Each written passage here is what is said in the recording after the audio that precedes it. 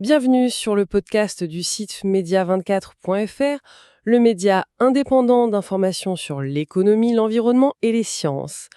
Bonjour, je suis journaliste et animatrice ici. Aujourd'hui, on explore une découverte assez, étonnante sur l'eau. Et pour en parler, notre invité spécialiste des sciences. On va discuter d'une recherche venue du Japon. Elle suggère un nouvel état pour l'eau, quelque chose d'hybride entre liquide et solide. L'idée, c'est de regarder ça de plus près en se basant sur l'article qui détaille tout ça. Comprendre ce fameux état de préfusion et ce que ça pourrait changer. Alors l'eau, on a l'impression de bien la connaître, non? Et voilà que très très petite échelle, elle fait des siennes. Pourquoi elle se comporte si différemment quand elle est confinée? Oui, c'est une très bonne question. C'est vrai qu'à notre échelle, l'eau, bon, elle est assez classique. Mais dès qu'on la fait passer dans des tout petits canaux, nanométriques, Nanométrique, c'est-à-dire?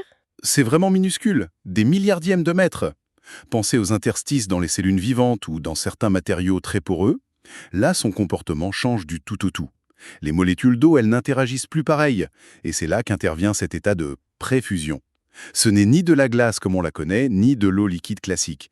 C'est un entre-deux. Une idée qui existait en théorie, mais que l'équipe japonaise a réussi, pour la première fois, à observer vraiment précisément. D'accord.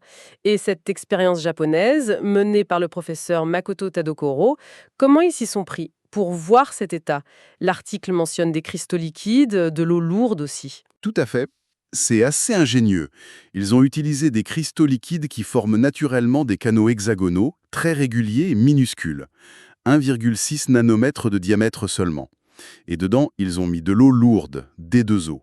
Chimiquement, c'est presque pareil que l'eau H2O, mais l'hydrogène est plus lourd, anisotope. Ça la rend plus facile à suivre avec certaines techniques. Et la technique clé, c'était quoi? La résonance magnétique nucléaire, la RMN, c'est un peu comme une IRM, mais beaucoup plus fine, adaptée aux molécules. Ça permet de voir comment elles sont organisées, si elles bougent, même coincées dans ces nanocanaux. Mhm. Et cette RMN, elle a montré quoi d'inattendu sur l'organisation de l'eau là-dedans? Exactement. Elle a révélé que l'eau n'est pas homogène dans le canal. En fait, il y a 3 couches bien distinctes. 3 couches. Oui. Au centre du canal, l'eau est très ordonnée, presque comme de la glace solide. Puis, en se rapprochant des parois, il y a des couches intermédiaires où les liaisons hydrogènes, ces petits ponts entre molécules d'eau, sont plus lâches, plus désordonnées. Et le plus intéressant, c'est tout contre la paroi, la couche externe. C'est là, précisément là, qu'ils ont trouvé cet état de préfusion.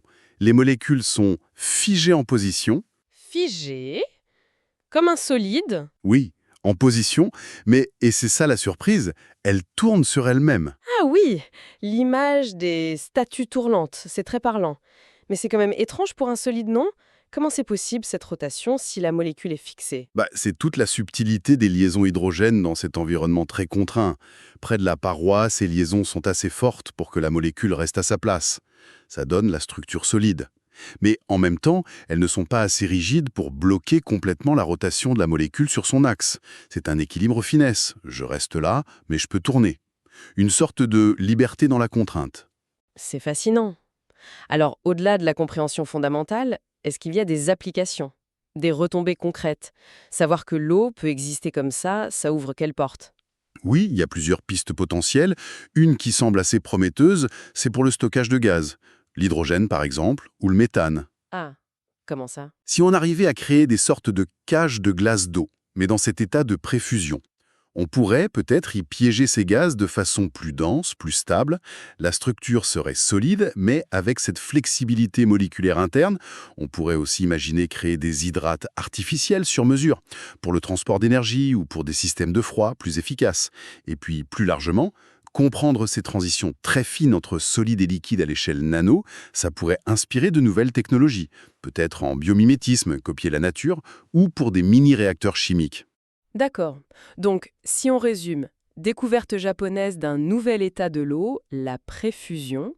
Ça se passe quand l'eau est très confinée. Les molécules sont fixes, mais tournent.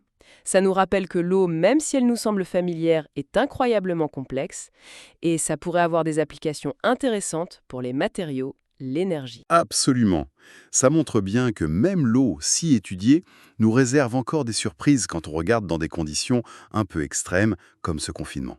Et qui sait, peut-être qu'il existe d'autres phases, d'autres états encore plus exotiques de l'eau à découvrir. Ça ouvre clairement de nouvelles pistes de recherche. L'eau n'a pas fini de nous étonner.